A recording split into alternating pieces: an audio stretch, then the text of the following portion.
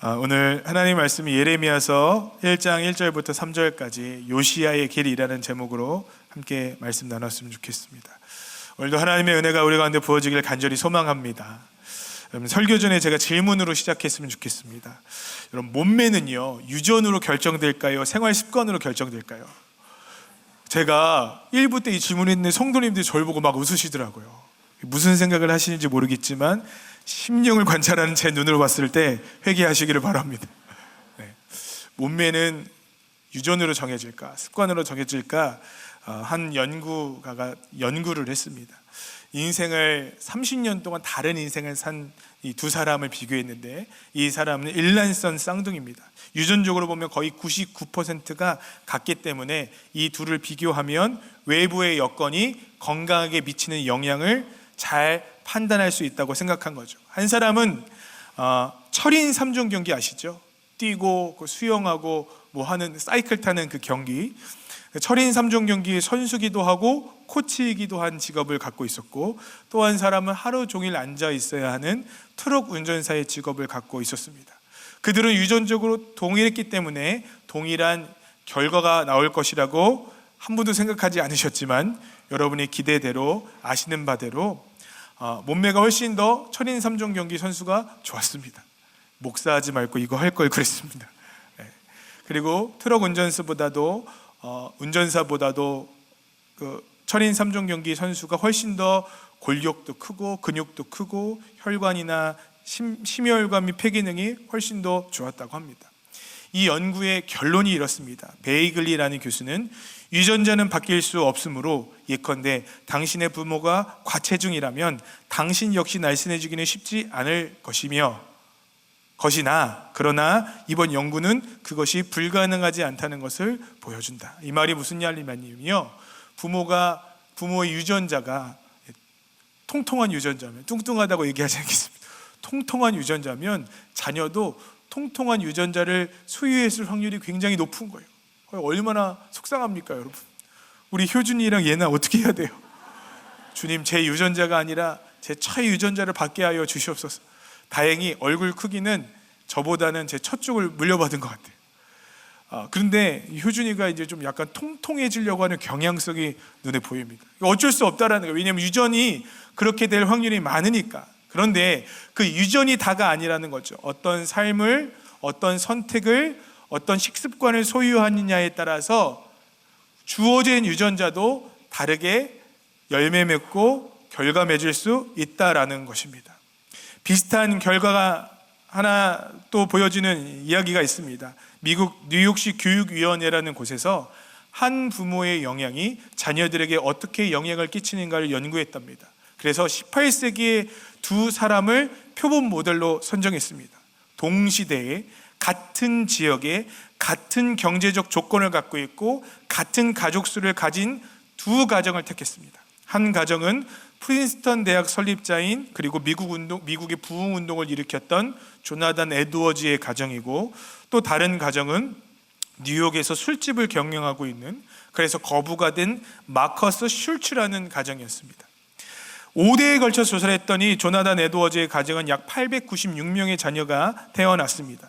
이들 중에 부통령은 1명, 상원의원, 상하원의원은 4명, 대학 총장은 12명, 대학 교수는 65명, 의사는 60명, 목사는 100명, 군인은 75명, 저술가는 85명, 130명의 판검사 및 변호사, 그리고 공무원이 80명이 태어났습니다. 반면에 마커스 슐츠라는 사람의 5대에 걸친 후손은요 1062명인데요 이들 중에 교도소에 수감되었던 사람이 무려 96명이고 정신병자나 혹은 알코올 중독자가 58명, 몸을 팔아야 생계를 유지할 수 있는 여성들이 65명, 그리고 영세민이 286명, 제대로 된 기초 교육을 받지 못한 사람, 제도권 교육을 받지 못한 사람이 무려 460명이나 되었습니다. 여러분, 이 이야기를 들을 때 여러분 마음속에 필연적으로 떠오르는 문장이 있습니다. 가문에 흐르는 저주를 끊으라. 가문에 흐르는 저주가 진짜로 있는 것 같아요. 마치 가문에 흐르는 저주가 있어서 어떤 가문은 정말 저주스러운 일들이 일어나는 것 같습니다. 저는 그런데 이 이야기에 동의하지 않습니다. 가문에 흐르는 저주라는 것이 주술적인 어떤 무언가가 흘러간다거나 아니면 죄가 흘러가 연좌제가 되고 있지 않다고 저는 생각합니다. 그렇다면 왜 이러한 결과를 낳았을까요? 내 죄가 전가돼서 그런 것이 아니라 전혀 다른 전통을 그 두 가정이 가지고 있기 때문입니다. 조나단 에드워즈의 가정은요, 성경 읽기, 독서에 기반한 교육, 행복한 가정 환경, 두 사람의 부부의 금수를 굉장히 중요한 가정의 전통으로 여겼답니다. 다시 말해서 그 후손들이 계속해서 한 가지 전통을 이어받게 되는데, 성경을 기반으로 한 교육을 나누고 또 독서를 기반으로 한 교육을 가르치고 행복한 가정을 소유하는 것을 그들의 전통으로 여기며 살아갔다라는 것입니다. 그러니까 그 자녀들은 이 어머니 아버지의 전통을 그대로 물려받게 된다라는 거죠. 반면에 마커스 슐츠라는 가정은요, 이러한 전통이 없었습니다. 그들은 성경 읽기도 없었고 독서에 기반한 교육도 없었고 행복한 가정이라는 개념이 없었고 오직 하우스라는 개념이 있었대요. 의식주만 해결해주는 공간, 다른 어떤 것은 서로 간의 정서적 유대나 신앙이나 사랑에 대해 얘기하지 않고 그저 먹여주고 재워주고 입혀주고 세상적인 가치관들을 가르쳐주는 전통을 소유했다라는 거죠. 그런데 그 전통을 소유하고 그것을 따라가다 보니까 이러한 열매가 맺혀지게 되더라는 것입니다. 결코 태어난 운명이나 저는 팔자가 있지 않다고 생각합니다. 아니, 오히려 무당의 자녀라 할지라도 우리 주님의 신앙의 전통을 이어받고 살았다면 저는 하나님의 사람으로 거듭났을 줄 믿습니다. 여러분, 신앙에도요, 누구를 따라가느냐가 저는 참 중요하다고 생각합니다. 철인이라는 책을 쓴 다니엘 김 선교사님 아시죠? 근육이 이렇게 나오시고 얼굴이 잘생기셔서 참 저의 목회적 모델로 삼았으나 하나님께서 가고자 하는 길을 다른 길로 만들어 놓으셨다, 창조의 섭리를 제가 알게 됐습니다. 유전자가 다르구나. 참 멋있고 아름다워 보이고 또 좋은 가문일 거라고 생각했는데 오히려 사연이 있는 가문이더라고요. 저는 목사의 아들로 태어났습니다. 할렐루야. 소도둑놈 이런 거 절대로 아닙니다, 여러분. 목사의 아들로 태어났는데 이 다니엘 김 선교사님의 아버지는 야쿠자였어요. 야쿠자. 그냥 동네 양아치가 아니라 정말로 그 전통적이고 그 거대한 조직 야쿠자의 굉장히 중요한 사람 중에 한 사람이었다랍니다. 늘 머리가 짧았고 온몸은 근육질이었고 곳곳에 무기를 숨기고 있었습니다. 여러분, 다니엘 김 선교사님이 따라갈 수 있는 신앙의 계보 중에 하나는요, 야쿠자의 계보가 있었다라는 거예요. 결코 행복하고 좋은 가문이 아니었다고 생각합니다. 반면에 어머니는 기도하는 어머니였습니다. 그 어머니는 아이들을 위하여 차가운 기도원 바닥에 아이들을 눕혀놓고 밤새 기도하던 어머니였습니다. 다니엘 김 선교사님께서 그런 얘기를 하시더라고요. 내가 다른 것은 기억하지 못하지만 어머니가 나를 차가운 바닥에 내 동생과 누워놓고 밤새 주님을 향해 부르짖고 있었던 그 기도는 내가 잊을 수 없다. 그 기도는 내가 절대로 잊혀지지 않는다. 여러분, 다니엘 선교사님에겐 두 가지 신앙의 전통이 있었습니다. 한 가지는 세상의 것을 마음껏 누리며 살아가고 이 세상에 떵떵거리며 살 수 있는 야쿠자의 길이었고, 또 한 가지는 우리 주님께 무릎 꿇고 기도하며 우리 주님께 생명을 내어드리는 선교사의 길이었습니다. 어떤 신앙의 전통을 택했을까요? 당연히 어머니의 전통을 택했겠죠. 우리가 어떻게 태어났느냐, 우리가 어떤 상황과 형편에 주어졌느냐도 매우 중요합니다. 그런데 신앙에서 저는 더 중요한 것이 있다고 생각합니다. 그것은요, 우리가 그 신앙의 전통 중에 어떤 계보를 따라가느냐, 신앙의 계보를 따라가느냐 아니면 세상의 계보를 따라가느냐, 그것이 굉장히 중요하다라는 것이죠. 여러분은 어떤 신앙의 계보를 따르고 계십니까? 여러분이 이쯤 신앙생활 하실 때 2대 3대 되신 분들이 있을 겁니다. 그런 얘기를 하시더라고요. 우리 할머니는 교회 새벽종 치는 분이었습니다. 우리 할아버지는 교회 장로님이었고 교회에 이런 봉사와 헌신을 하셨던 분입니다. 이런 많은 신앙의 전통들이 있는데 여러분, 그런 신앙의 전통들을 여러분 따라가고 계십니까? 아니면 전혀 다른 세상의 전통을 붙잡고 살아가고 계십니까? 오늘 우리가 본문을 읽었던 예레미야 1장 1절부터 3절에 보니까 이 세 가지 구절 중에 무려 한 사람의 이름이 3번이나 반복됩니다. 예레미야는요, 남유다가 멸망되고 있는 시점에서 하나님의 말씀을 뜨겁게 전했던 선지자입니다. 나라가 지금 망해가는 거예요. 그러니까 다른 때보다도, 다른 예언서보다도 탄식과 절규가 굉장히 많습니다. 왜냐하면 지금 무너져가고 있는 이스라엘을 보고 있기 때문에 그렇습니다. 그런데 이 탄식과 이 가슴 아픈 마음을 시작하는 이 예레미야의 첫 구절에 무려 한 사람의 이름이 3번이 나오는데, 그 사람의 이름은 우리가 성경을 읽었던 것처럼 요시야라는 사람입니다. 요시야가 다스린 지 13년에 여호와 하나님의 말씀을 받았는데, 이 요시야가 기준이 되어 활동했던 연도가 뭐냐면 요시야의 아들 여호와김 시대부터 요시야의 아들 시드기야 왕 때까지 그가 하나님의 말씀을 전했다라고 얘기하고 있습니다. 무려 3번이나 요시야의 이름을 얘기합니다. 그러면 예레미야가 예언하던 시대에는 요시야 왕밖에 없었느냐? 그렇지 않아요. 무려 5명의 왕이 있었습니다. 요시야, 여호아하스, 여호와김, 여호와긴, 시드기야. 이게 좀 이름이 어렵죠, 그죠? 김시득 이런 거 아닙니다. 이름이 시드기야예요. 죄송합니다. 성도님들이 졸려하시는 거. 이게 설명이 많으면 어려워요. 제가 주일학교 선생님을 할 때 어떤 학생이 저한테 그러더라고요. 선생님, 개그맨 이름이 성경에 나와요. 김시득인가 이렇게 유명한 개그맨이 있었거든요. 뭔데 그랬더니 여기요, 시드기야 이름이. 죄송합니다. 그래서 이름 절대 안 잊어버리시겠죠. 시드기야 이스라엘의 마지막 왕입니다. 요시야, 여호야하스, 여호아김, 여호야긴, 그리고 여러분 누구라고요? 시드기야. 다 이제 안 잊어버리시죠.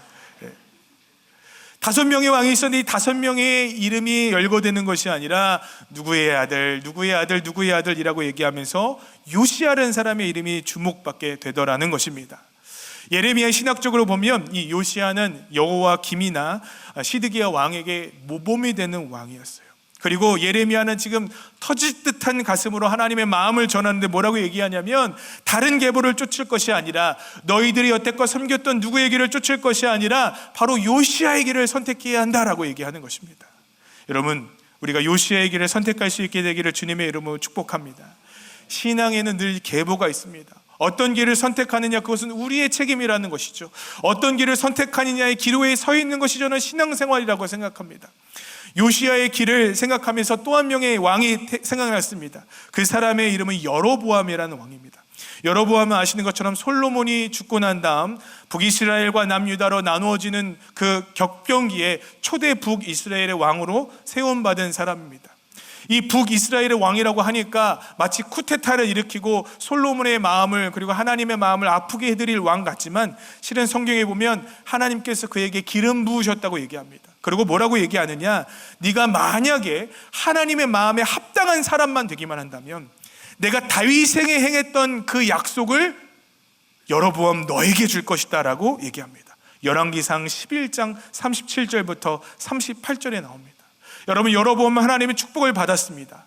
하나님께서 기름 부으신 왕이었고, 그가 만약에 하나님의 명령을 준행하기만 한다면 그는 하나님의 사람으로 평생을 살아갈 수 있었습니다. 그런데 뭔가 불안해지기 시작하고 그의 신앙이 변질되어져 가기 시작합니다. 열왕기상 12장 25절부터 보니까 그가 이스라엘 백성들을 위하여 만든 것이 있대요. 그게 뭐냐면요, 금송아지입니다. 왜 금송아지를 만들었나요? 르호보암이 다스리고 있는 남유다에만 성전이 있었거든요. 그러니까 북이스라엘 사람들이 다 남유다에 가서 예배를 드리고 싶은 거예요. 이렇게 하면 내 왕권이 무너지겠다. 이곳에서 예배를 하며 나의 왕권을 세울 수 있는 신을 만들어야겠다라는 생각을 하게 됩니다. 그래서 열왕기상 12장 28절을 이렇게 기록하고 있어요. 이에 계획하고 2 금송아지를 만들고 무리에게 말하되, 너희가 다시는 예루살렘에 올라갈 것이 없도다. 이스라엘아, 이는 너희를 애굽 땅에서 인도하여 올린 너희의 신들이다 하고. 여러분, 금송아지 하면 딱 직관적으로 다가오는 느낌이 있으시죠? 좋은 걸까요? 나쁜 걸까요? 네, 나쁜 겁니다. 나쁜 거. 이스라엘 백성들이 하나님의 율법을 처음 받았을 때, 시내산에서 하나님의 언약을 경험했을 때, 모세는 시내산에 오랫동안 올라가 있었지만 애굽에 있는 이스라엘 백성들의 마음이, 출애굽한 이스라엘 백성들의 마음이 불편해지기 시작합니다. 모세는 더디오고 무언가 이루어지고 무언가 새로워져야 되는데 아무런 하나님의 역사가 일어나지 않고, 그래서 그들 스스로가 신을 만들기 시작합니다. 그 신이 뭐예요, 여러분? 금송아지입니다. 금송아지. 그런데 하나님께서 그 금송아지를 만드시는 이스라엘 백성들을 보고 진노하셨어요. 그래서 금송아지를 만드는 이스라엘 백성들을 때로는 죽이시기도 하고, 그 금송아지를 완전히 부셔버리시고 심지어 그것을 갈아서 사람들에게 먹게 하셨어요. 하나님이 얼마나 싫어하셨는지 아시겠죠, 여러분? 이토록 하나님께서 진노하시고 싫어하시는 금송아지가 언제 세워졌는고 하니 르호보암과 여로보암의 시대에 여로보암이 자신의 왕권을 유지하기 위해 만들더라는 것입니다. 그리고 그 금송아지를 만들면서 뭐라고 얘기하면 애굽에서 우리를 인도하여 낸 신이 구원의 하나님이 누구라? 여호와 하나님이 아니다라고 얘기하고 금송아지다고 얘기하는 거예요. 당연히 하나님께서 진노하셨겠죠. 그의 왕권을 무너뜨리시고 그의 가문을 저주하셨겠죠. 그런데 문제는 거기서 끝나지 않습니다. 이스라엘의 그 악하고 하나님 보시기에 합당치 않았던 모든 왕들 가운데는 이런 꼬리표가 붙어 있습니다. 여호와 보시기에 악을 행하여 이스라엘에게 범죄하게 한 느밧의 아들 여로보암의 모든 죄에서 떠나지 아니하였더라.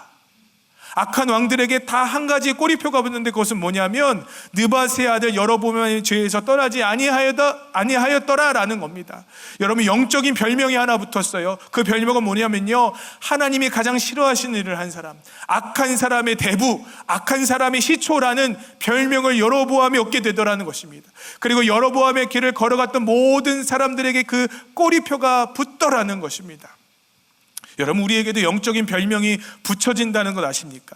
우리가 어떤 길을 걸어가느냐, 우리가 어떤 선택을 하느냐에 따라서 우리에게 영적인 꼬리표가 붙게 되어 있습니다. 요시야의 길을 걸어간 누구, 요시야의 길을 걸어간 김영석 목사라는 꼬리표가 붙을 수 있고, 경건하고 하나님을 사랑하는 누구라는 꼬리표가 붙을 수 있고, 아니면 하나님의 마음을 아프게 했던 여로보암의 자손 게보라는 꼬리표가 붙을 수 있다는 것이죠. 어느 길을 선택하느냐에 따라 우리의 영적인 별명이 붙여지더라는 것입니다. 여러분은 지금 어떠한 길을 걸어가고 계십니까? 하나님께서는 우리가 교회에 다니는 것을 우리에게 영적인 꼬리표를 붙여주지 않으십니다. 하나님께서 우리가 받은 직분으로 우리의 영적인 꼬리표를 붙여주지 않으십니다. 우리가 어떤 삶을 살았는지, 우리가 어떤 길을 걸어갔는지, 우리가 어떤 신앙과 믿음을 소유하며 이 땅에 열매를 맺고 살았느냐에 따라서 우리의 영적인 이름이 결정되더라는 것입니다. 여러분, 바라기는 우리가 요시야의 길을 선택할 수 있게 되기를 주님의 이름으로 축복합니다. 여러분, 손양원 목사님 아시죠? 손양원 목사님은 나환자들을 위해 사역하시기도 했고, 그런데 참 가슴 아픈 것은 공산당이 우리나라에 막 일어났을 무렵에 자신의 두 아들을 공산당에게 내어줘야 하는 가슴 아픈 가정사를 갖고 계신 목사님입니다.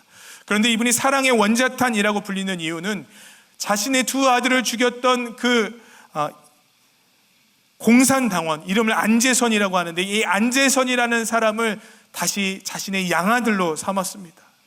죽여 마땅한 이 안재선이라는 형제를 자신의 양아들로 살고 예수를 전하고, 그리고 결국 이 양아들을 신학생으로 전도사로 훈련시키며 목회자로 만들어 놓으려고 했습니다.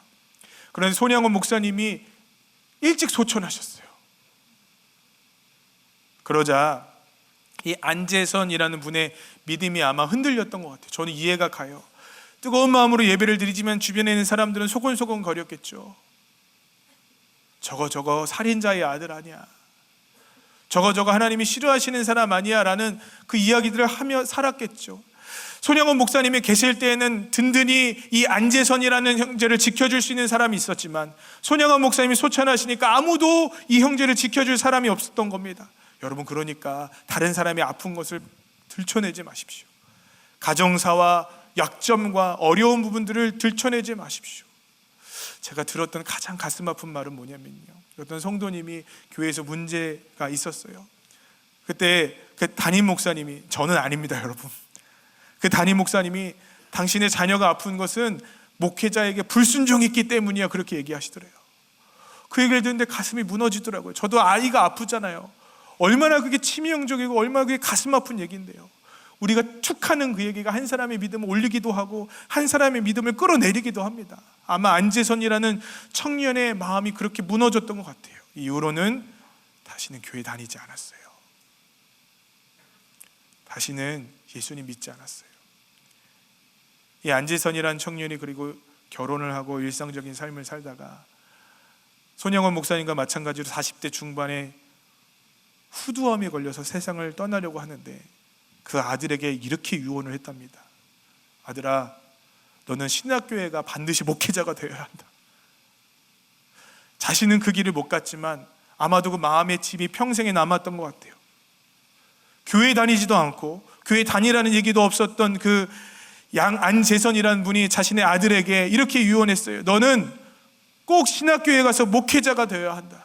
아버지의 유언 때문인지 이 아들 안경선이라는 분은 신학교에 다니게 되었고 열심히 주의 종으로 훈련받고 있었습니다.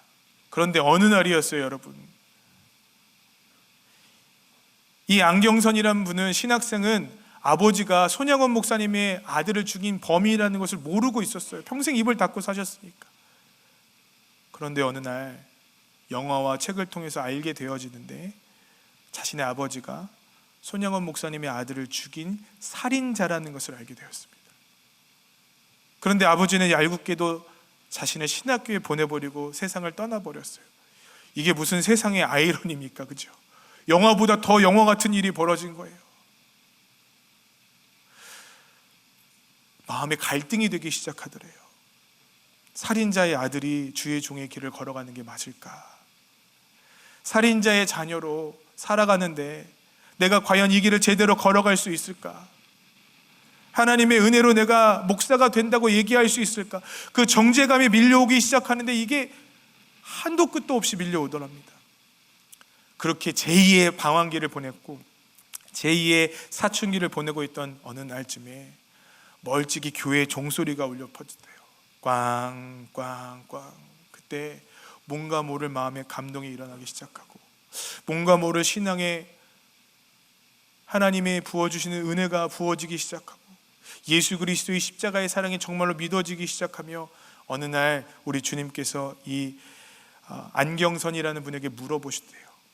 너의 삶이 부끄러우냐? 나는 너를 사랑한다. 너의 삶이 부끄러우냐? 나는 너를 사랑한다. 여러분, 이 안경선이라는 분에겐 두 가지의 길이 정해져 있는 겁니다. 한 가지는요, 살인자의 아들로 살아가는 길입니다. 평생 자책과 절망과 죄책 가운데 시달리다가 살인자의 자녀로 나는 아무것도 할 수 없어라고 인생을 끝나는 길이 한 가지가 있었습니다. 또 한 가지는 손양원 목사님의 손자로 살아가는 길입니다. 하나님의 그 놀라운 사랑과 은혜를 경험했고, 그 은혜가 비록 아버지 때에서 약해지고 희미해졌지만 여전히 나에게 부어주신 하나님의 그 놀라운 은혜가 나에게 있음을 믿고 신뢰하며 다시 목회자의 길을 걸어가는 그 길이 있었어요. 감사하게도 이 안경선이라는 분은 나중에 목사님이 되셨어요. 지금은 손양원 재단의 이사로 섬기고 계십니다.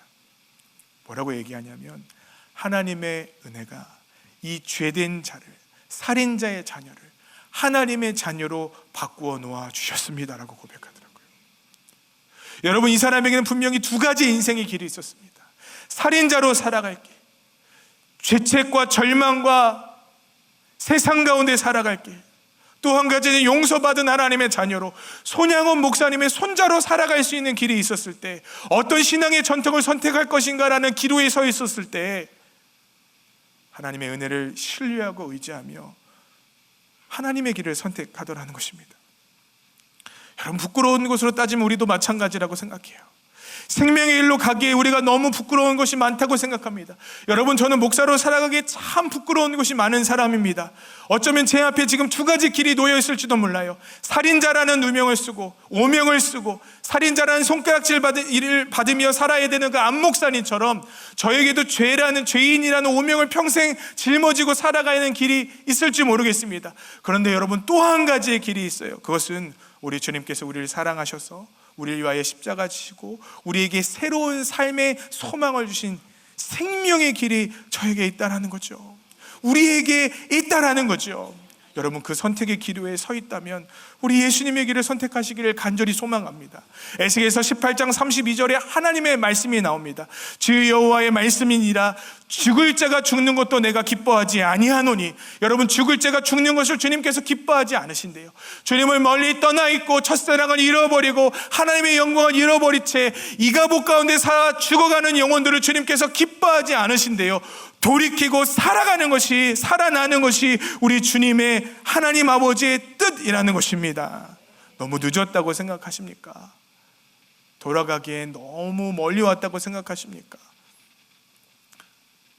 아합왕이 떠오르더라고요. 아합왕, 여러분 아합왕 아시죠? 아합의 죄가 뭔가요? 이스라엘의 나라에 바알의 신앙을 뿌리내린 사람, 그 사람이 아합입니다. 직수입했어요. 수입 원조예요. 악한 왕입니다. 심지어 이세벨이라는 여자와 결혼까지 했어요. 하나님이 말씀하신 토지법을 어기고 나봇의 포도원을 강포했습니다. 정의로우신 주의 법을 철저히 위배했고 세상의 방법으로 세웠고 우상을 숭배했습니다. 그런 이 아합을 하나님께서 그냥 두실 수가 없죠. 하나님께서 아합의 땅에게 이렇게 말씀하십니다. 여호와의 말씀이 내가 재앙을 너에게 내릴 건데 너를 쓸어버리되 내게 속한 남자는 이스라엘 가운데 매인자나 노인자나 다 멸할 것이다. 아주 그냥 저주를 퍼부시죠. 여러분 얼마나 속이 시원합니까? 그죠? 할렐루야. 아합에게 여러분 하나님께서 진노를 퍼주시는데요, 개들이 먹이가 될 것이다. 공중의 새의 먹이가 될 것이다. 할렐루야. 이거 여러분 저는 신나는데 이 악인이 이렇게 멸망해야 되는 거 아닙니까? 제가 바꿔드릴까? 여러분의 직장 상사가 매인자나 노인자나 다 멸할 것이요, 여러분을 괴롭히는 배운자가 새들의 먹이. 이거 너무 잔인한가요? 여러분 그 마음에 원수되는 사람이 여러분 죽는다고 할 때 얼마나 통쾌합니까? 하나님의 원수 아니에요. 아합이 그렇게 죽는다고 하니까 얼마나 통쾌한지 몰라요. 근데 여러분 성경을 읽다 보면 깜짝 놀랄 만한 일이 나옵니다. 열왕기상 21장 27절이에요. 아합이 이 모든 말씀을 들을 때 그냥 꼴까닥 죽었어야 되는데 그의 옷을 찢고 굵은 배로 몸을 동이고 금식하고 굵은 배에 누이며 또 풀이 주고 다니더라. 너무 속상해요. 제가 그런 생각이 들더라고요. 여러분 예전에 마가의 다락방에 우리 Q&A 시간이 있잖아요. 배우자가 자꾸 마가의 다락방에 따라온대요. 평생 나쁜 짓만 하던 배우자가 마가의 다락방에 따라온대요.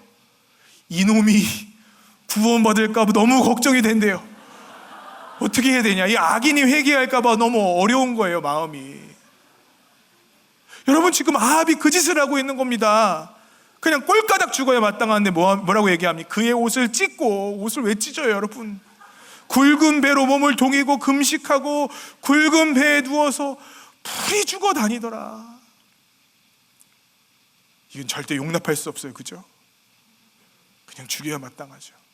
그런데 말도 안 되는 하나님의 음성이 아합과 철저하게 대치되어 있던 엘리야에게 임해요. 여호와의 말씀이 디셋 사람 엘리야에게 임하여 이르시되 아합이 내 앞에서 겸비함을 네가 보느냐? 아마 아합이 짜증냈던 것 같아요. 하나님 그렇다고 용서해 주시려는 건 아니죠. 봐 지금 겸비함을 보느냐?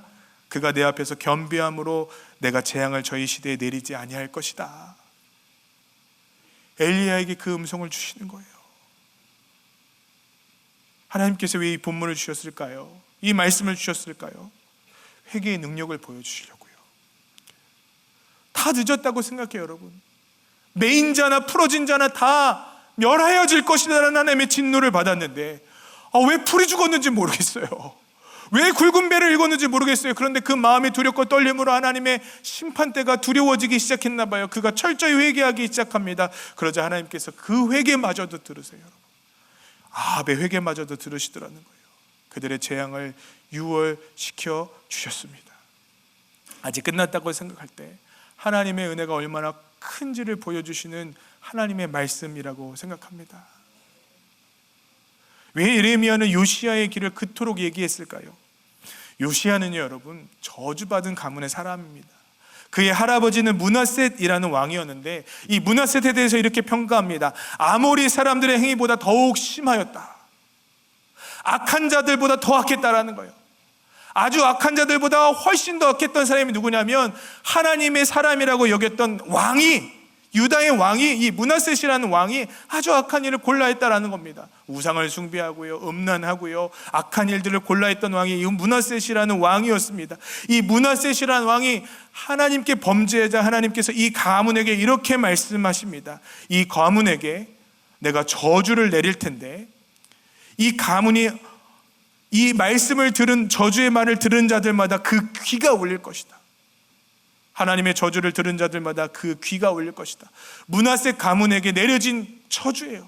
므낫셋, 아몬, 요시야거든요. 그러니까 요시야는 당연히 이 저주 가운데 살아야 맞는 왕입니다. 그런데 요시야의 시대에 어느 날 갑자기 발견되어진 여호와의 두루마리를 보게 됩니다. 율법의 두루마리를 보자마자 요시아의 마음이 요동하기 시작합니다. 아, 우리가 하나님께 범죄했구나. 아, 우리가 하나님께 범죄했구나. 그러자 요시아가 취했던 행동이 뭔지 아십니까? 그가 겸비하여 옷을 찢고 통곡하기 시작한다는 것이에요. 놀라운 일이 벌어지더랍니다. 통곡하고 옷을 찢고 겸비하기 시작하니까 하나님께서 하나님의 사람들의 말씀을 통하여 요시아에게 말씀하시는데, 그러므로 보라, 내가 너로 너희 조상들에게 돌아가서 평안히 묘실로 들어가게 할 것이다. 너에게 내린 저주들을 내가 유월시켜 줄 것이고 너희 눈으로 재앙을 보지 못하게 할 것이다. 나 여호와의 말이니라. 여러분, 예레미야가 그토록 얘기했던 요시아의 길이 바로 이것입니다.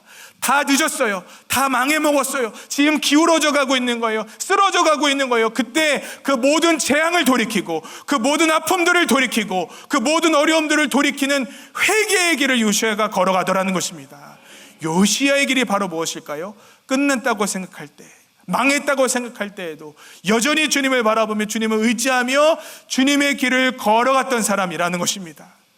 하나님께 꿇어 엎드려 회개하기 시작하는 것, 우상을 부셔버리고 사람과 사람 사이의 공의와 정의를 회복하고 착복하던 것들을 버리고 연약한 사람들을 기억하고 회복하는 것. 여러분, 그 삶을 요시아가 살기 시작하더라는 것입니다.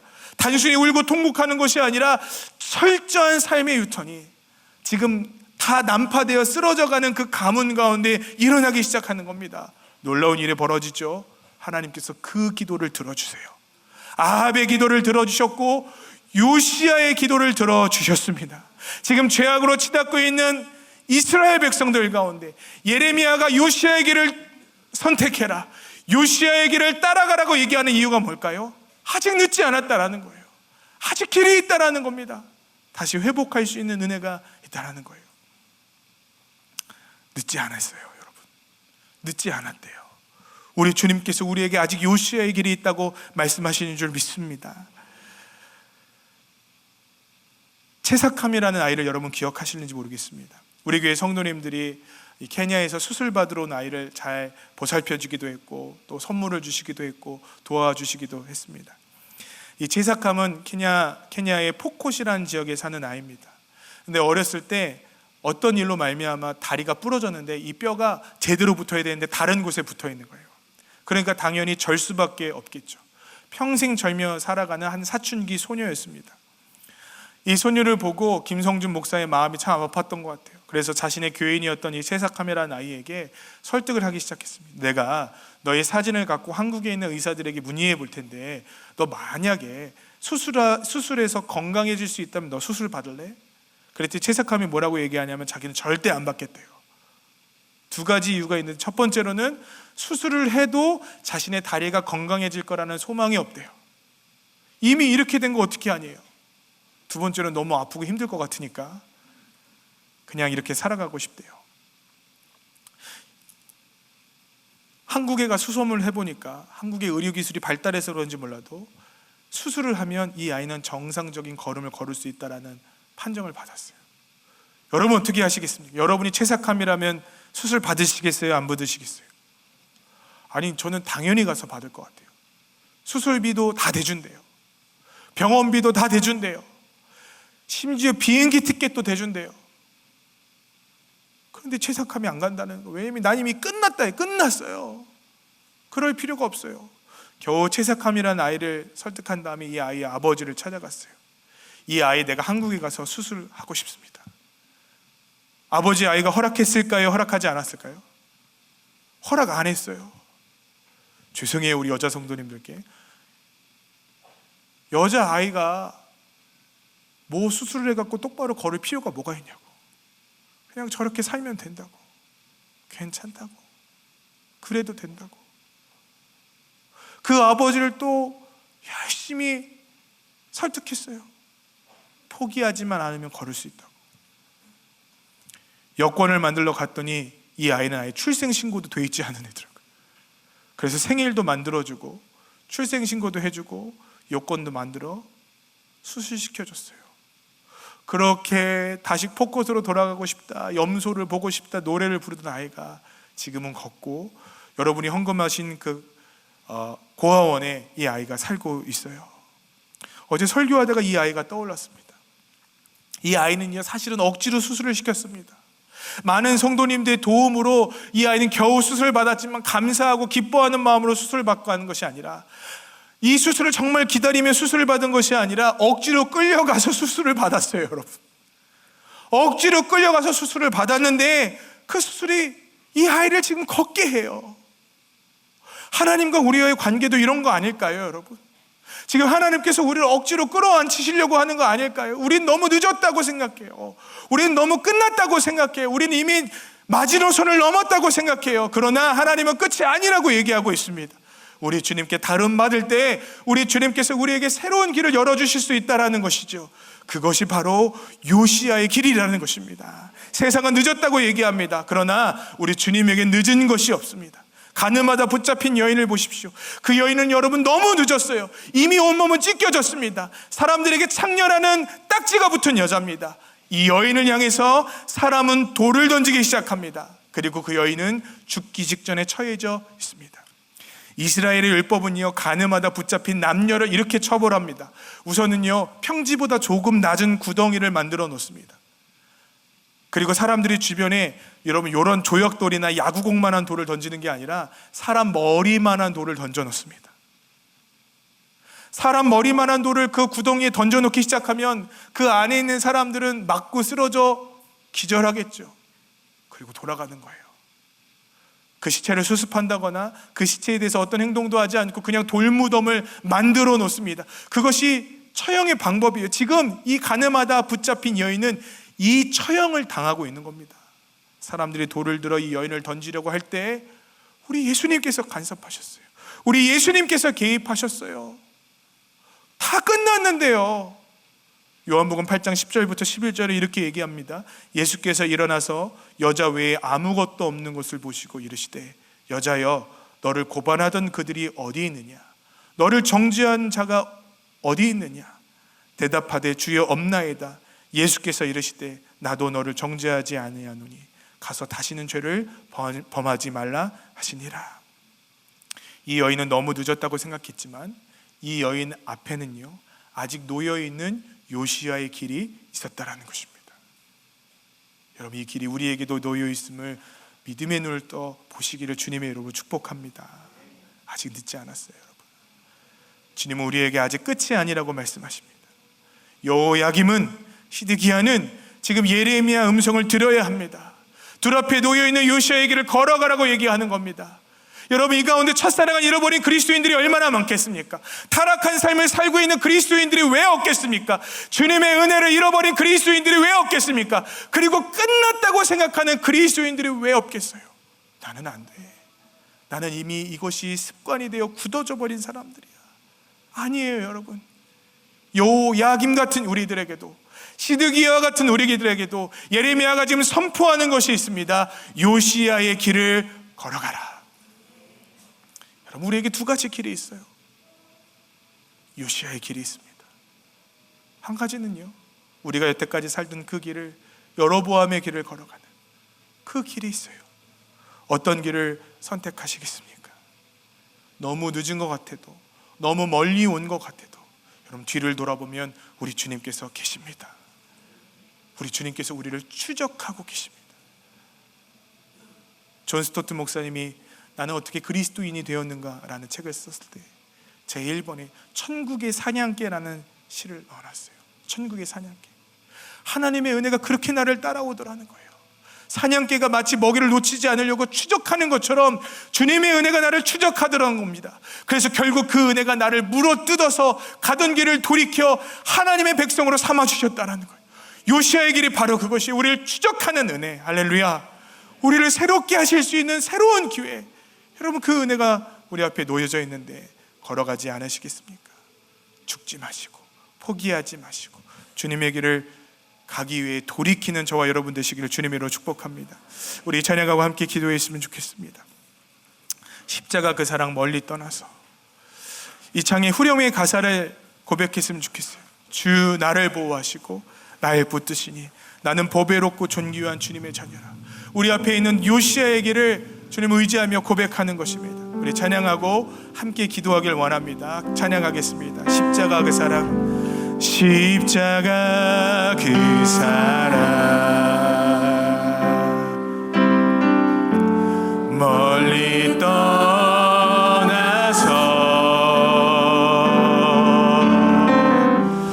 무너진 나의 삶 속에 잊혀진 주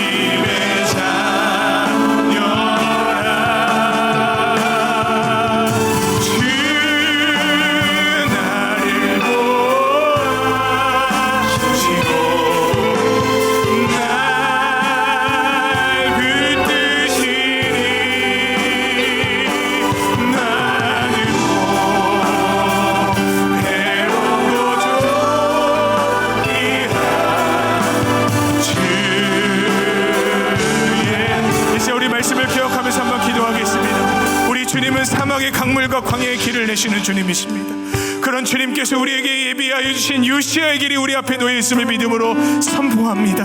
하나님 아버지, 여로보암의 길을 걸어가지 않게 하여 주시옵시고, 하나님 주님 말씀하셨던 그 요시아의 길을 믿음으로 걸어가게 하여 주시옵소서. 나를 보호하시고 나를 붙드시는 주님의 은혜가 임하게 하여 주시옵소서. 우리 주여 한번 부르고 기도하겠습니다. 주여,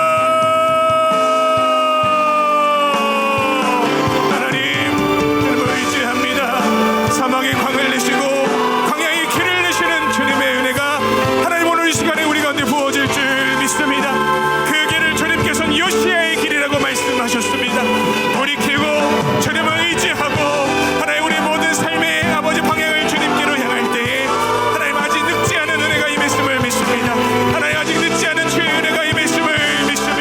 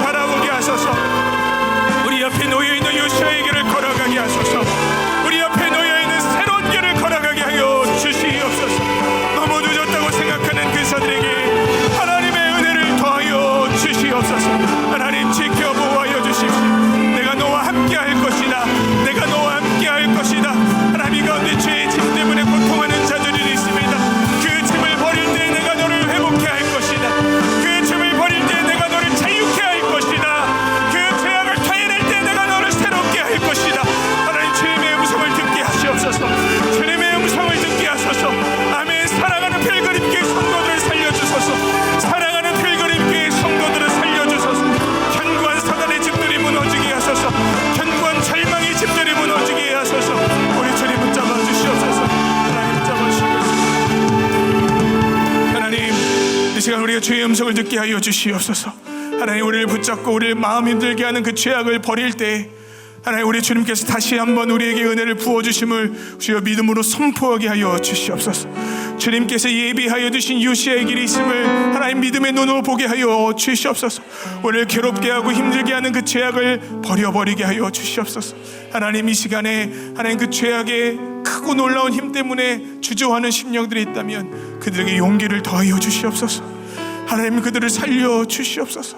하나님, 마음의 신과 고통을 앓은 채 죽어가지 않도록 허락하여 주시옵시고 우리 주님을 향해 완전히 결단하게 하여 주시옵소서. 하나님, 잊혀버렸던 하나님의 새 은혜가 임하게 하여 주시옵소서. 사막에 강을 내시고 광야에 길을 내시는 만군의 주 여호와 하나님, 오늘 하나님 필그림길 사랑하는 성도들에게 새해를 행하여 주시옵소서. 잃어버렸던 첫사랑의 예수의 이름으로 회복되게 하여 주시옵소서. 죽을 자들이 죽지 않고 예수의 이름으로 살아나게 하여 주시옵소서. 생명의 역사가 이 예배 가운데 부어지게 하여 주시옵소서. 우리 주님께서 믿음으로 그 길을 선택하는 모든 자들 가운데 함께하여 주셨을 줄 믿습니다. 이제는 우리 주 예수 그리스도의 은혜와 하나님 아버지의 극진하신 사랑과 성령의 감화 감동 교통 역사하심이 요시아의 길로 주님께 나아가길 원하는 모든 심령들 위해 이제부터 영원까지 함께 하시기를 간절히 축원하옵나이다.